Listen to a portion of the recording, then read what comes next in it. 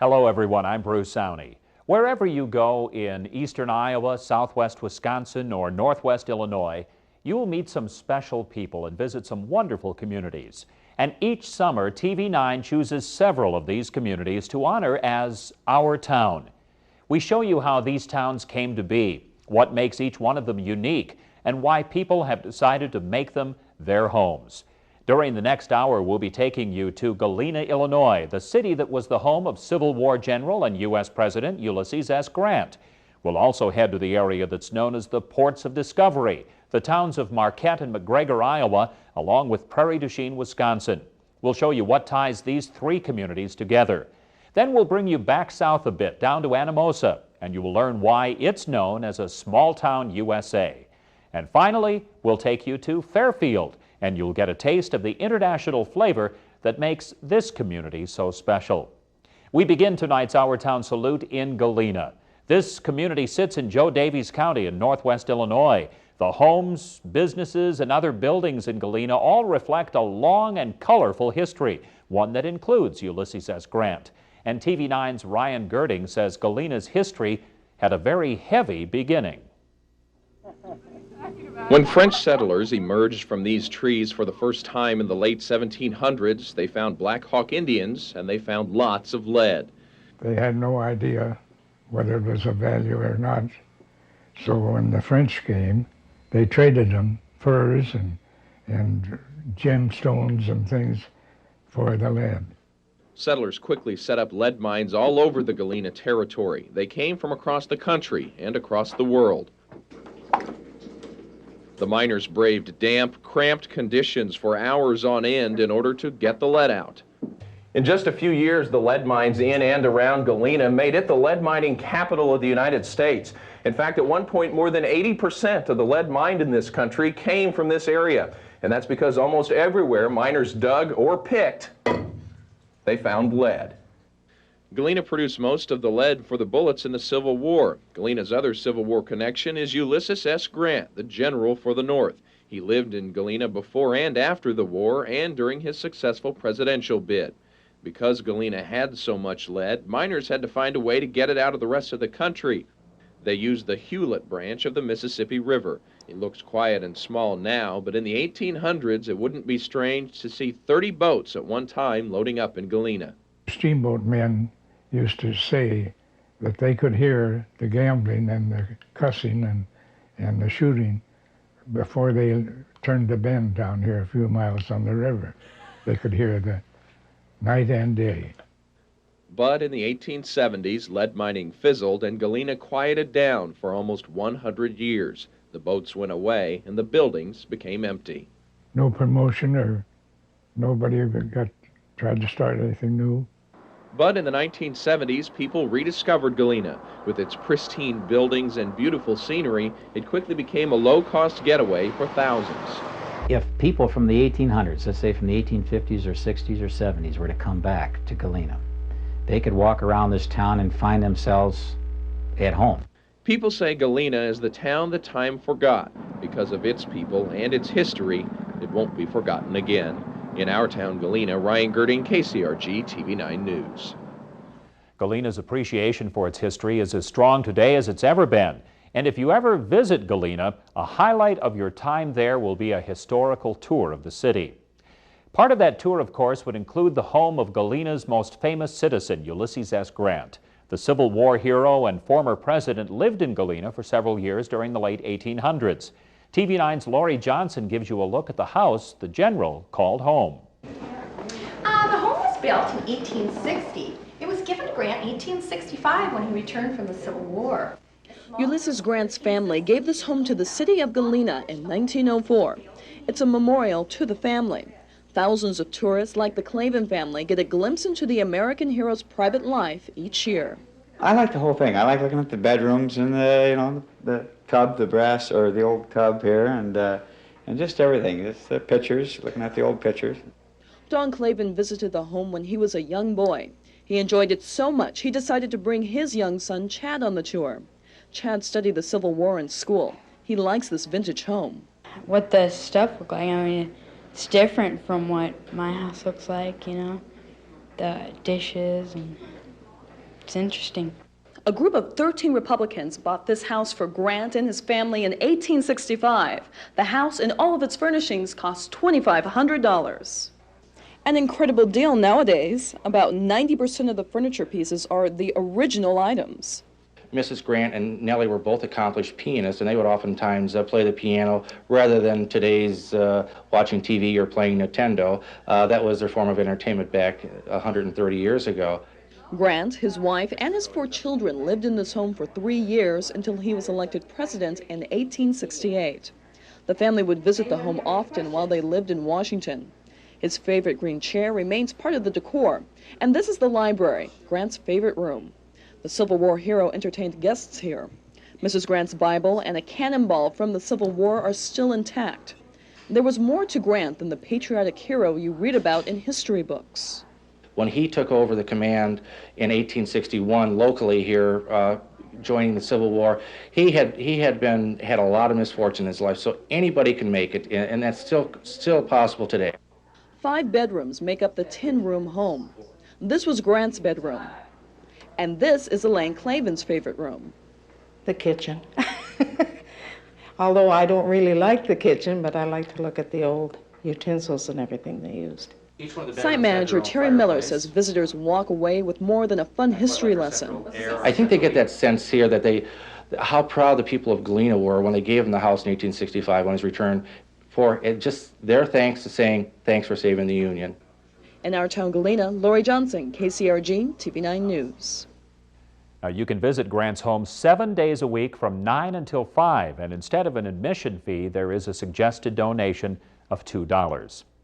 The settlers who founded Galena built homes and raised families there, and they also left plenty behind. Today, tens of thousands of tourists come to Galena to look for those treasures from the past.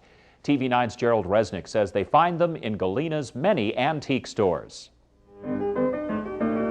On every corner and every block along our town's narrow streets, you'll find them. Dealers turning something old into gold. Unique treasures from the past. The shops in Galena have made it an antique mecca throughout the nation. People like Galena native Eldon Glick proudly take credit. Well, my grandparents, of course, like every house, had a lot of antiques in it. I just loved them. Then you go from there. When you start earning some money on your own, you start buying a piece here and a piece there, and pretty soon you got too many to keep, so I decided to open the store 30 years ago. Glick owns the oldest continuously run antique store in our town. What you don't find here, Glick says you'll probably find in dozens of other stores. You can go into 200 shops and never see one of the same thing. Antiques dealers in Galena work together to make the antiques business work well. They know their craft. They call it art. The history of antiquing here is as important as the practice of selling the antiques themselves.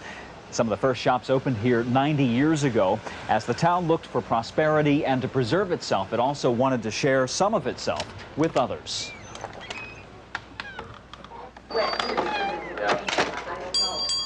In fact, the community's first families 160 years ago may have helped business today. Mitzi Murphy has written about the antiques trade. Poverty is what preserved Galena. The people that lived in Galena, because there was not a lot of commerce, not a lot of industry, not good jobs, they passed down what they had from generation to generation. Murphy says many people took family heirlooms and opened Galena's first shops after World War II. Well before First Lady Jacqueline Kennedy made antiques popular in the 60s. Galena was heavy into it in the late 60s and early 70s. And in 1976, then it became almost universal across the United States. So we were a generation ahead of the average collector. Thousands of annual tourists appreciate that tradition. And if you just listen to them as they're conversing among themselves as they're walking through, and they're remembering, you know, Aunt Sadie had this and Mama had that, and oh, remember when Grandma had one just like it, you know, and it's just a thrill for them. The aesthetic appeal of the town and the aesthetic appeal of antiques, they all come together. A combination that promises to help our town prosper well into the future. In our town, Galena, Gerald Resnick, KCRG, TV9 News. Galena boasts more than 24 antique stores, and if you're looking for something special or just want to know where to start, you can contact the Galena Joe Daviess County Chamber of Commerce for more information. And we should also point out that all of the antique stores are just part of the many unique shopping opportunities Galena has to offer. But one of the best features of our town Galena is the number of outstanding places where you can stay overnight. TV9's Mark Thomas gives you a closer look at some of the many bed and breakfasts in the Galena area. To get a glimpse at some of Galena's wonderful bed and breakfasts, all you have to do is head off Main Street. The Hellman Guest House sits near the top edge of town, offering visitors a great view. People say it's a very friendly atmosphere, that it's very cozy and it's inviting. Innkeeper Marilyn Tomero says the Queen Anne Victorian-style house glows with 19th century beauty and elegance. Tomero always invites the curious to come inside. And that is because I want to share with them the front entry, which is probably one of the most pretty places in the house. It's got the largest fireplace, and it has 2 stained glass windows in it, and they come in and they see all the cut glass and the wonderful light, and they enjoy that. Moving down the hill, the Briar Wreath Manor is located just a short walk from Main Street. The house has 3 suites, all with a different decor, the vision of innkeeper Lynn Cook. My house is full of antiques and treasures, and but yet it's homey and comfortable enough so you don't mind setting, your coffee cup on a table or sitting in a rocking chair or whatever. That's what I work for.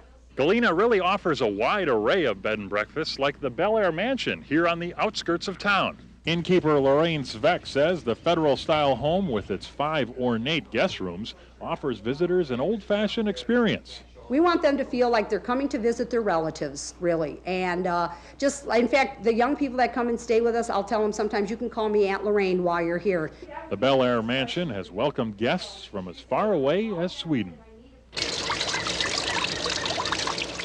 Finally, the John Henry Guest House rests just south of downtown. Innkeeper Lindy Hutari and her husband renovated the distinctive home 4 years ago and ended up winning a national award for their efforts. We feel like we're the luckiest in the world because we're only 3 blocks from the center of town. So we are within walking distance, but it's like being out in the country because we are surrounded by the woods. Hutari says bed and breakfasts are the thing for people who want a true taste of Galena's hospitality. Everyone takes care of their guests extra special. But with just 4 people in the house, and we can feel like they can become part of our family as well. That's just a sample of the more than 24 bed and breakfasts in the Galena area, all waiting for people to enjoy a unique down-home experience. In our town, Galena, Mark Thomas, KCRG TV9 News. By the way, some of those Galena bed and breakfasts offer websites on the internet, and that helps bring visitors from around the world to our town, Galena. Well, there's still more to come on this TV9 Our Town special. Up next, we'll take you for a ride along the Mississippi River, and we'll show you what ties the ports of discovery together. Stay with us.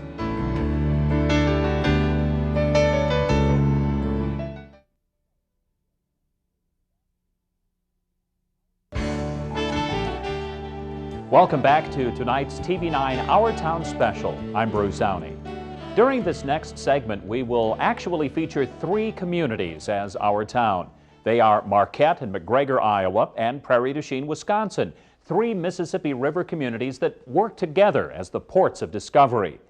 The founding of Prairie du Chien came well over 300 years ago. It served as a meeting spot for French-Canadian fur traders and Native Americans, even before the creation of the United States.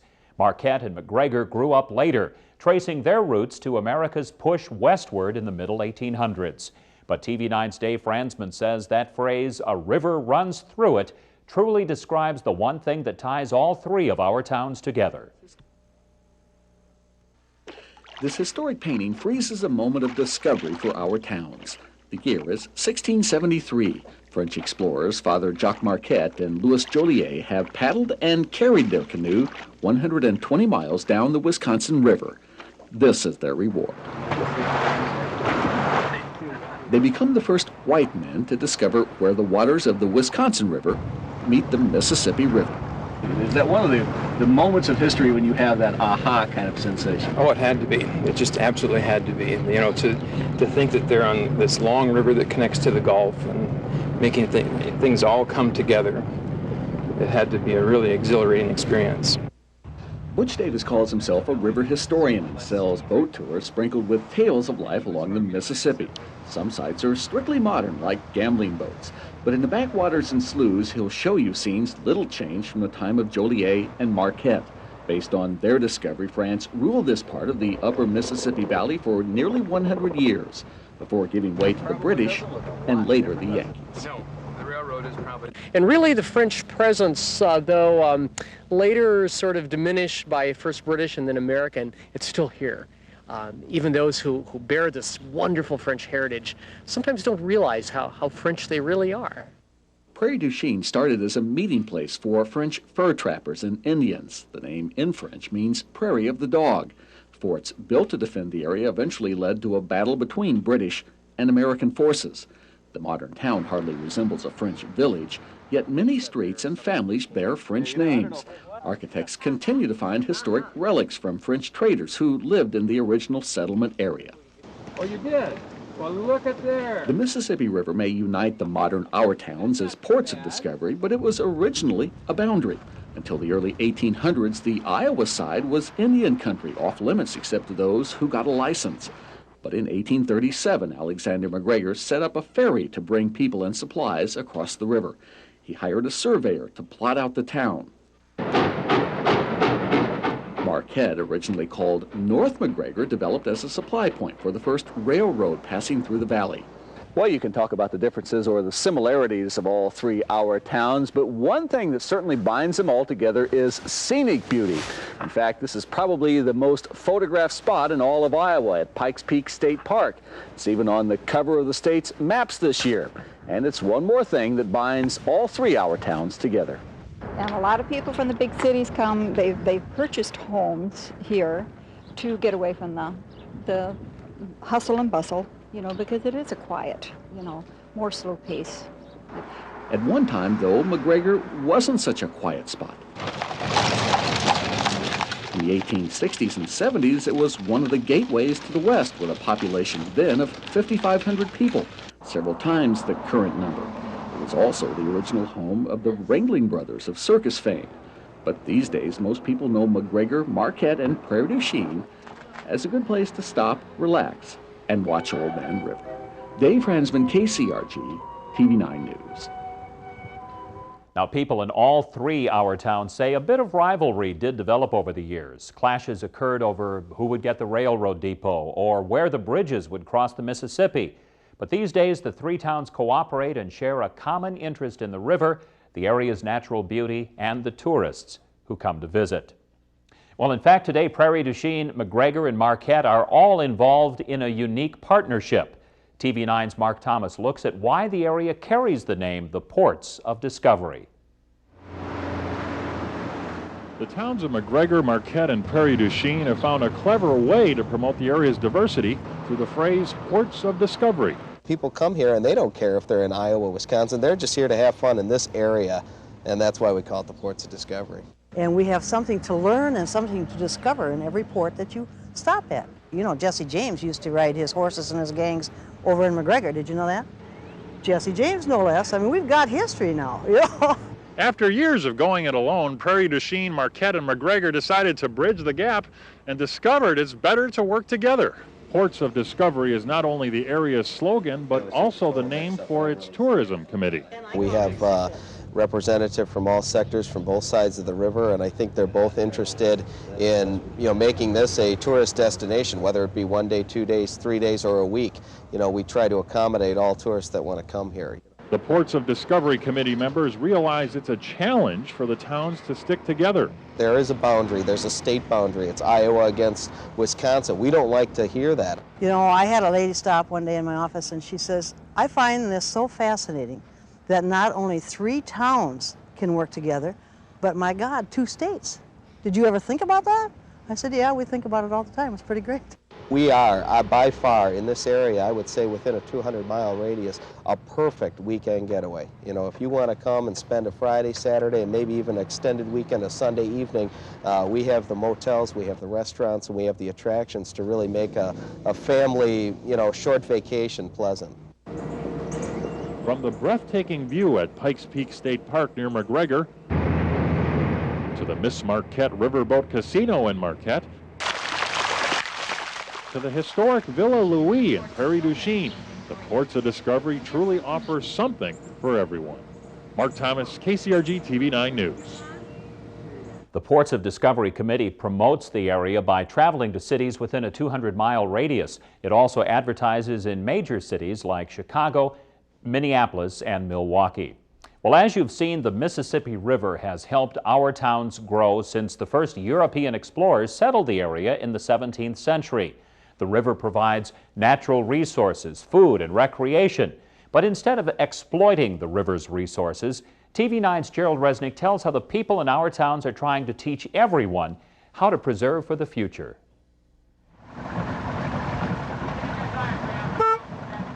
Pete Steele gave us the tour along our town's most precious natural resource.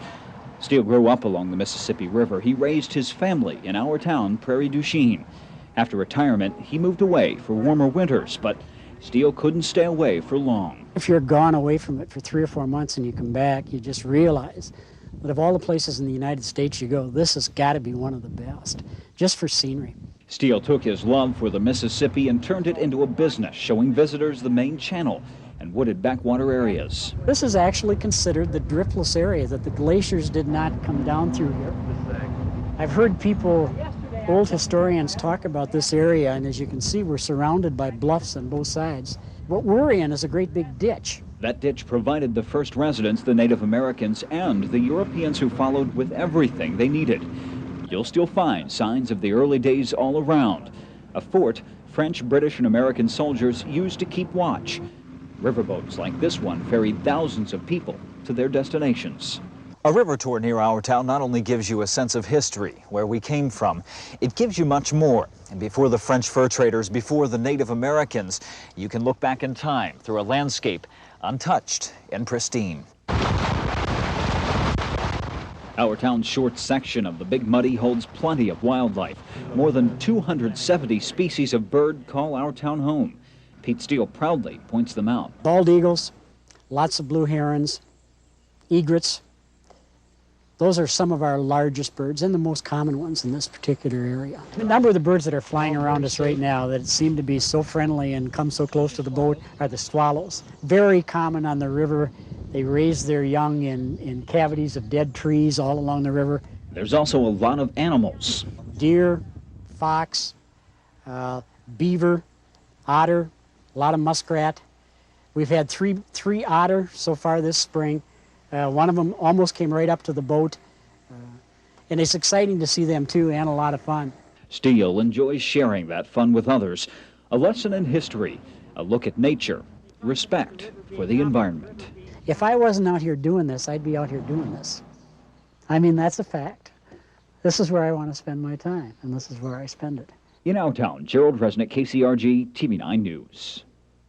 A number of local tour operators offer extensive trips on the Mississippi and Wisconsin rivers. We want to thank Pete Steele of Blue Heron Boat Tours for showing us around our towns. And you can contact the Ports of Discovery Chamber of Commerce for more information about the tours that are available. If you take your own tour of the area, you may find a McGregor man who has carved out a special niche in our town. Dan Slaughter has lived in McGregor most of his life, and he's picked up an interesting pastime that's kept him busy the past 6 years. Dan carves totem poles. And TV 9's Lori Johnson says when you travel to McGregor, the poles are something you won't want to miss. Drive into McGregor on Highway 18 and you can't help but take a couple of glances at Dan Slaughter's yard. He's done his own unique style of landscaping. Dan will soon turn these old logs into totem poles and add them to the lawn. On a log like this, I'll probably make a small, short totem pole out of it. Or, actually, there could even be an Indian standing inside there. I've got some that I did out back. I left the whole log and retch in and cut the Indian out. And he's standing with the bottom on him. And he's just standing free inside the log and left the outside of the log on him. But the 59-year-old grandfather started carving about 6 years ago. It was a kind of an accident.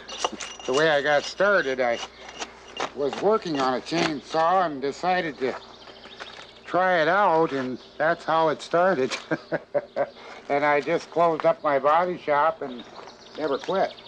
And he doesn't plan on quitting anytime soon. I'm going to retire in about a year and a half or 2 years, and I'll just keep on doing it. People like to come and look at this stuff, and it's one of the few things that is free. I don't do anything for anybody. I mean, in the line of making a carving for them. If they come and want something cut, I don't do that because it'd take the enjoyment out of me. But if you just have to have Elvis or any of these other carvings, Dan is willing to make you a deal. Dan's interests don't stop with totem poles. He collects all kinds of stuff for his yard. This is his latest addition, a yellow helicopter. The creations aren't limited to wood. So where does Dan get his inspiration? Well, that is kind of debatable. I mean by that, I got to be psyched up myself, you know, to when I start cutting, I can come out and start working like on a log like this and debark it and that and walk away from it and leave it lay for 3 days without touching it because I lose interest that quick. Dan calls all of this folk art. It can take the McGregor man almost a month to create his carvings.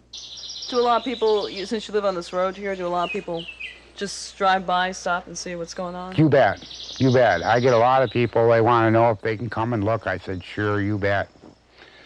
That's why I cut them out, for folks to stop and look at. Well, they're leaving with some history, I think. I mean, you know, the Indians did this. And, you know, as near as I can figure, though, them Indians never had no cranes to put them up. They must have been mighty tough. A history lesson and an art lesson all rolled into one. In our town, McGregor, Lori Johnson, KCRG, TV9 News. Dan Slaughter also enjoys painting and collecting antiques. Well, we still have 2 more communities to visit as we continue this Our Town special. Our next stop is Anamosa. And while we're there, we'll show you the beauty and mystery surrounding Wapsipinicon State Park. Stay with us.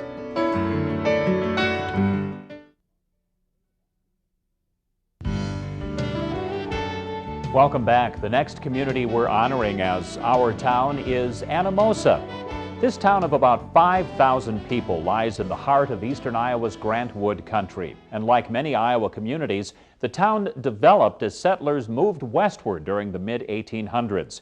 But some parts of Anamosa's early history are very different from that in other cities. In fact, some local historians say their research shows no other community in any other state shares the name Anamosa. TV9's Dave Franzman says the way Anamosa got its name is just one example of what makes our town unique. Somehow the name Buffalo Forks just doesn't seem right for our town, does it? But that's what the pioneers called the settlement near Buffalo Creek and the Wapsipinicon River in 1838. Then the name changed again, first Dartmouth and then Lexington. The local postal people did not like to try to find so many Lexingtons, so they wrote to the Postal General several years later requesting that the name be changed. But changed to what? Local historian Bertha Finn says this tiny marker tells the rest of that story. On this spot in 1842, a dignified Indian chief and his family stopped at an inn. When it came time for a new name, settlers remembered his beautiful daughter, Anamosa. They thought it was a pretty name for a town and pretty unique. I don't know that there would be an Anamosa in the whole world, but I do have a world atlas too that I have never discovered another Anamosa, so we are unique in that respect. In a few years, Anamosa started growing, helped by first settler and newspaper publisher Edmund Booth. He was joined later by Colonel William Shaw, who got credit for constructing large sections of town. In 1872, Iowa lawmakers made a big decision that forever changed the face of our town. It's called the Iowa Men's Reformatory. Well, you hear a lot of talk these days about putting inmates back to work, the return of the old chain gang, but literally that doesn't hold a candle to the history of the Iowa Men's Reformatory. In 1872, 10 inmates from Fort Madison, then the only state prison, came here and literally stone by stone helped build the prison around them. Anamosa citizens donated 15 acres of land, and inmates, along with other workers, quarried the stone, to build what was then called the state's prison addition. Major building work continued until 1936. The reformatory today houses almost 1,400 inmates. That's a picture of Stone City. It's owned by Jocelyn Art Museum. But while the name Anamosa says reformatory to some, others hear the name and see this man, Iowa's most famous artist, Grant Wood. Wood lived just outside Anamosa until age 10 and set up an art colony in nearby Stone City. He also painted one of the most recognizable artworks in the world. Of course, Mona Lisa is well known. Mothers, the Whistlers, such as known, but not as well known as American Gothic, because it, as I said before, and repeat myself, that it's the most widely copied painting of any in the world. And Price Slate has a lot of those copies. In fact, his collection of American Gothic parodies numbers in the hundreds.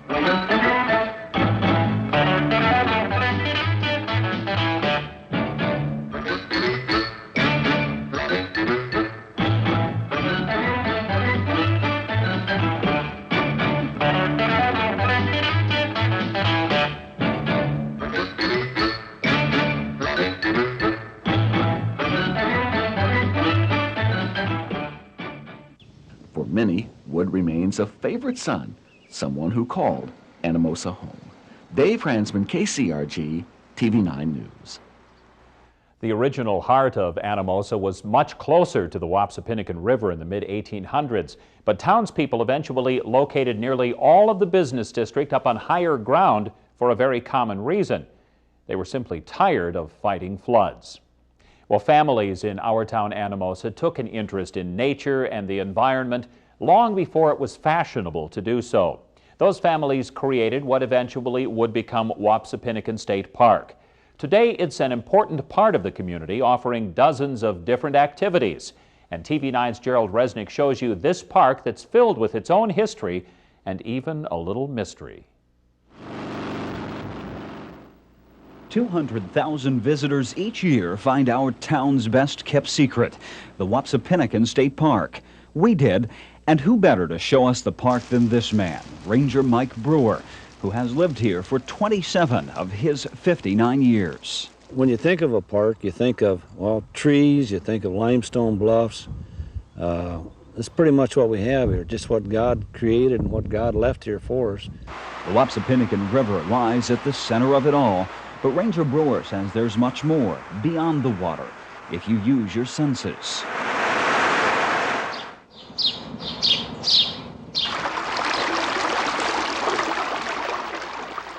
You'll see things here you probably won't see anywhere else in Iowa, like two endangered species, the American yew, and this plant called cliffbrake, which grows right out of rock. A man-made white pine forest is even more spectacular. It was started back in about 1921 by the prisoners out of the reformatory. They brought them out here and planted trees. Trees that eventually replanted other state parks. The 28-acre forest borders something no other state park has, a golf course. Why do you come out here? The beauty of it is one thing, and the challenge is the other, I guess. You'll also find plenty of myth and mystery here at Wapsipinicon State Park. This is Horse Thief Cave. The story goes outlaw rustlers used this cave at the turn of the century to escape authorities. It's believed the cave ran all the way to Cedar Rapids. Check out Ice Cave. No matter what time of year or what the temperature outside, inside this cave stays between 40 and 50 degrees. Another unusual and popular spot locals named the Upside Down Bridge. It's the ford here, that's what they normally call an area where you drive through the water with your vehicle, has always been known here as the Upside Down Bridge. There's nothing upside down about the future of this place. Ranger Brewer and park aides like 20-year-old Nathan Dirks keep busy sculpting the park's latest acquisition. In 1990, the state bought 150 adjoining farm acres, expanding the possibilities and adventure. People ask you questions? Oh yeah, you have people stop you all the time and give you compliments, a lot of compliments. I hope that someday that somebody can look back, my grandkids or whatever, and be proud of what we're trying to do. In our town, Anamosa, Gerald Resnick, KCRG, TV9 News. Now, besides the many day activities at Wapsipinicon State Park, campers can find sites there for overnight stays as well. Anamosa is the county seat and largest community in Jones County, but Anamosa is also known as a small town USA, and TV9's Ryan Girding says people there like it that way. Well, I was born in a small town and live in a small town. Across the country, across the world, small towns make us who we are. It's no different in Iowa, and Anamosa is one of the best. One of the best because of its people. People like Max Eaton. Max and his friends are like most small-town kids. Jungle gyms, dirt. Merry-go-rounds, dirt. And they have moms who appreciate being able to feel safe going out to the park. I can let him out of my sight for a few minutes at least, till he's a little older. And what small town wouldn't be complete without a thriving downtown, complete with shops, flags, and a happy dog or two in a pickup truck. Some people say a small town is a place where you can get a good haircut for $6 and a good lunch for cheaper than that. If that is the case, Anamosa is certainly a small town because here you can get both. Charles May's been cropping tops and shaving sides for well over 30 years. Now, if I happen to cut him, why, you're supposed to cut that out. Smooth cutting this time, and all for a good price. $5.75. And if you want a good lunch cheap, the Casual Cafe has your orders. The regulars here are pretty regular. My breakfast and quite often dinner. Aha! Off and running. They keep the waitresses busy, and every once in a while, they actually eat. You get a lot of gossip and a lot of hassling, and you usually go out of here with a smile on your face. And in a small town, there's no better place to get smiles than at the local swimming pool. It's a great place to hang out with your friends and to get a great tan. I like going off the diving board.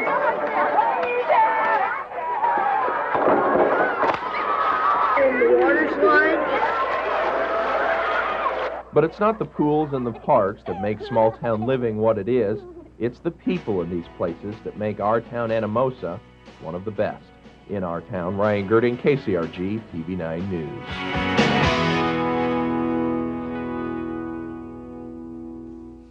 Like most small towns, Anamosa has its share of community events that everyone goes to. The most popular one is probably Pumpkin Fest, one of the largest pumpkin contests in Iowa, and it happens the first Saturday in October. We still have one more community to visit on our tour of our town, and that is Fairfield. Up next, we'll show you why one Fairfield business has a creative edge over its competitors. Stay with us.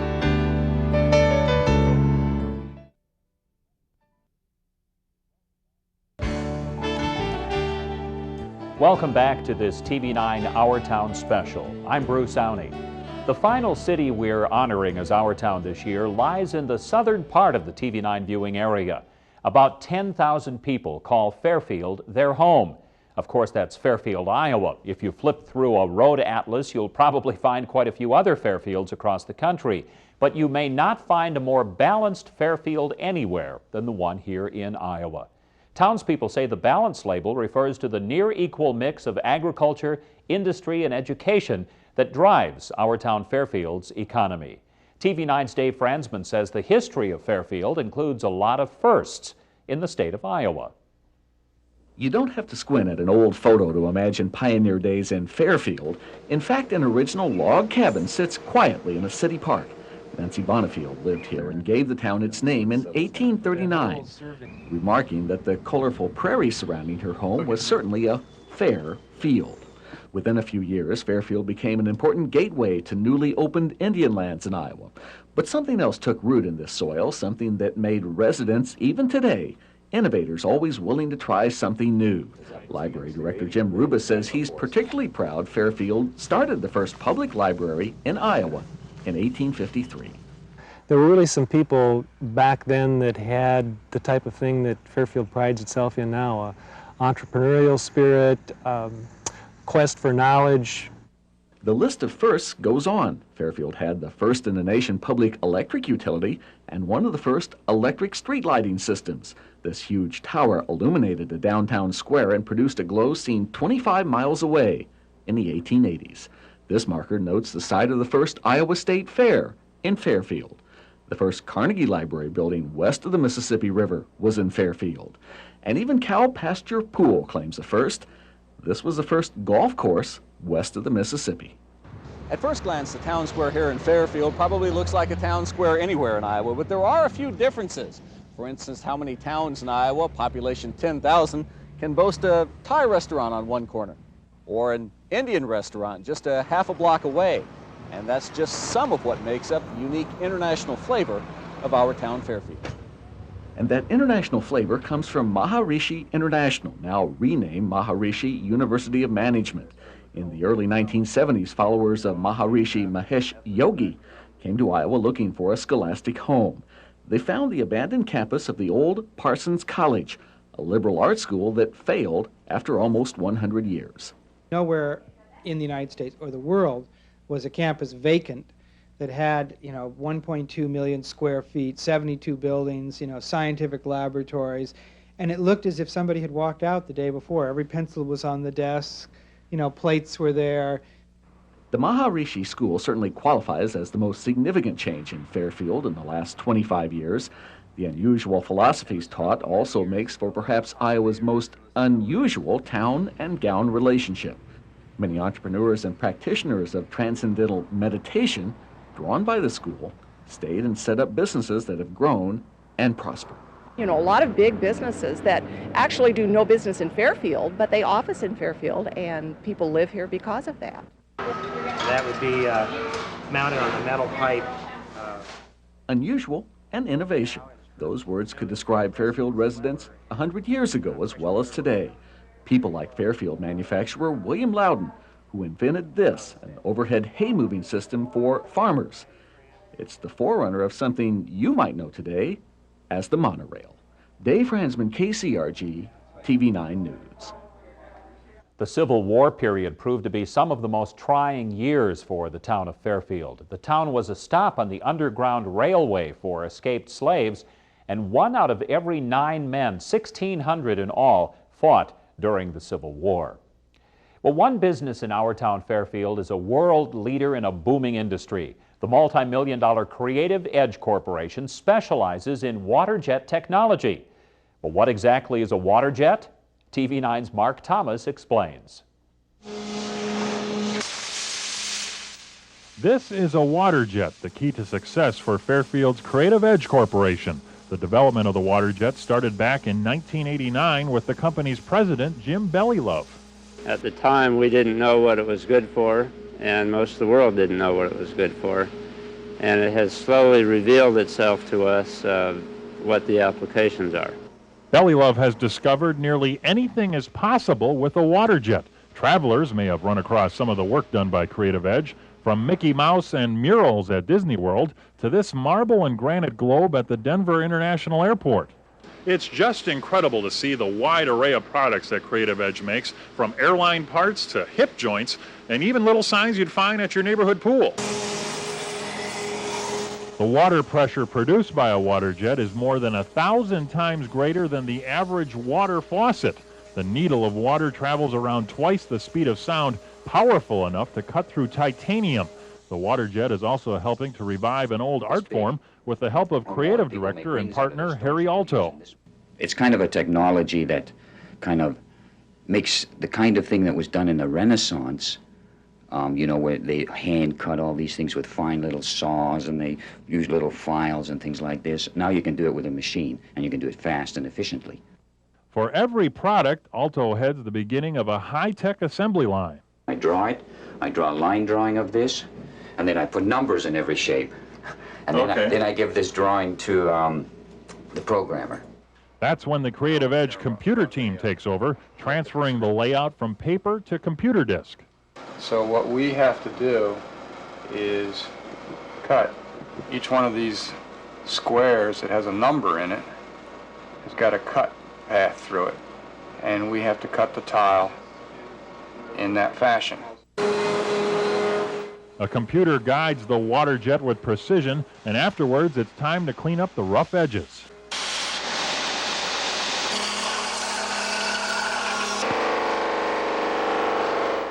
"50 employees now work at the Fairfield plant and say they're here to stay." This is our headquarters. That's where we all live. We've committed to this large facility, roughly 100,000 square feet. So we expect Fairfield to be truly one of the water jet capitals of the world as this industry grows. In our town, Fairfield, Mark Thomas, KCRG TV 9 News. Creative Edge executives expect the water jet industry to continue to grow well into the 21st century. And our town, Fairfield, grew itself substantially back in 1974. That's when Maharishi International University moved into town. As you heard, the school took over the campus that once belonged to Parsons College. Students at Maharishi earn degrees equivalent to what other universities offer. But TV9's Mike Wagner says the classes for those degrees also focus on a unique style of learning. This was really a golden opportunity because it was 1.2 million square feet, fully equipped. It had gone bankrupt. There was nothing like it, really, in the United States. Keith Wallace helped turn that golden opportunity into golden domes for Maharishi University. The school bought Parsons College in 1974. Fairfield's mayor welcomed the university and its founder, the Maharishi Mahesh Yogi, to town. Established in Fairfield just 7 short months ago, Fairfielders from all walks of life again recognized a pioneering and an innovative and a challenging process in the name of higher education in our midst. Construction crews built the school's popular gold domes, campus landmarks, and also a place to practice transcendental meditation. The kids here get the same degree of exposure to business concepts and principles as they get at Harvard or Stanford or anywhere else. We just add something else to it, which happens to have been taught to us by a guy from India. On campus, the Maharishi students meditate for a few minutes each day and then begin their studies. Teachers say it helps students understand how what they learn applies to the big picture. Timo Kivio came to Fairfield from Finland to study at Maharishi. I've learned about myself, how to be more creative, more intelligent, actually to become more intelligent through the TM program and all these different things. Students like Heather Podel say meditation helps her understand complicated concepts.